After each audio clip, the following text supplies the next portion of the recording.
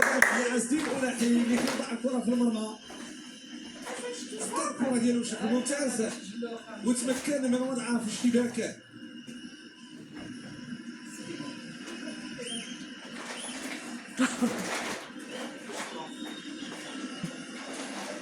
هدف شبيب، عرض كبير، عرض رائع من المنتخب الوطني المغربي. لاحظوا الطريقه ديال هدف رائع جدا. اوبا الله اكبر. في الزاويه البعيده من جانب اللاعب عز الدين أولاحي. الاستعداد ديالو اختار في الزاويه البعيده.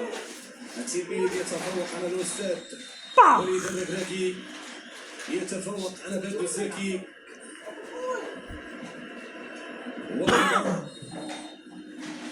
لا زالت قادرة لأن تحمل شريط في الدقائق المقبلة للتسيير هذه المجموعة.